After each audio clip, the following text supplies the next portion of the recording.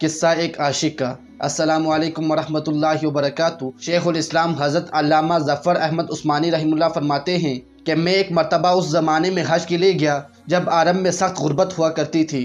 میں حج کے بعد مدینہ منورہ گیا۔ ایک دن ہم نے کھانا کھایا اور کھانا کھانے کے بعد دسترخوان لے کر ایک طرف جاڑ دیا تاکہ بچے ہوئے کھانے کو جانور کھا لیں۔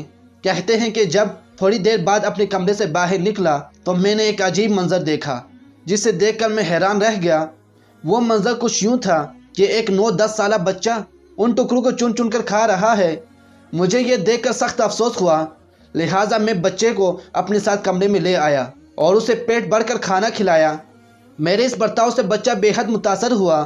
میں نے اس سے پوچھا کہ بیٹا تمہارے والد کیا کام کرتے ہیں؟ اس نے کہا کہ میں یتیم ہوں۔ میں نے کہا کہ بیٹا میرے ساتھ ہندوستان چلو گے، وہاں میں تمہیں اچھے اچھے کھانے کھلاؤں گا، بہترین کپڑے پہناؤں گا اور مدرسے میں تعلیم دلواؤں گا، اور جب تم عالم فاضل بن جاؤ گے تو میں خود تمہیں یہاں لے کر آؤں گا اور تمہیں تمہاری والدہ کے سپرد کر دوں گا۔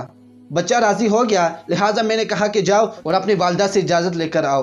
بچہ بہت خوش ہوا اور اچھلتا کودتا ہوا اپنے والدہ کے پاس گیا۔ وہ بیچاری بیوہ تھی اور اپنے بچوں کے اخراجات سے پریشان تھی، لہٰذا اس نے فوراً اجازت دے دی۔ بچہ واپس آیا اور مولانا سے کہنے لگا کہ مجھے اجازت مل گئی ہے، میں آپ کے ساتھ ہندوستان جانے کو تیار ہوں۔ پھر وہ بچہ مولانا صاحب سے پوچھنے لگا کہ کیا ہندوستان میں چنے ملتے ہیں؟ مولانا صاحب نے کہا کہ یہ ساری چیزیں وہاں وافر مقدار میں ملتی ہیں۔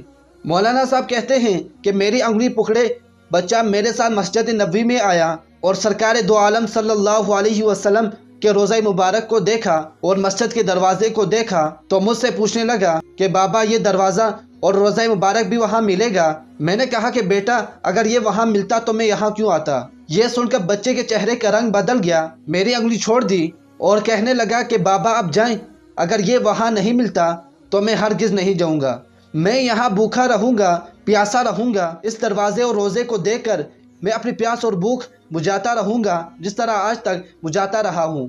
یہ کہہ کر بچہ رونے لگا اور اس کے عشق کو دیکھ کر میری آنکھوں میں بھی آنسو آ گئے۔ ناظرین، آپ کی کہانی کیسی لگی کمنٹ میں ضرور بتائیں، اور اگر ابھی تک ہمارا چینل سبسکرائب نہیں کیا تو ہمارا چینل لازمی سبسکرائب کر دیں۔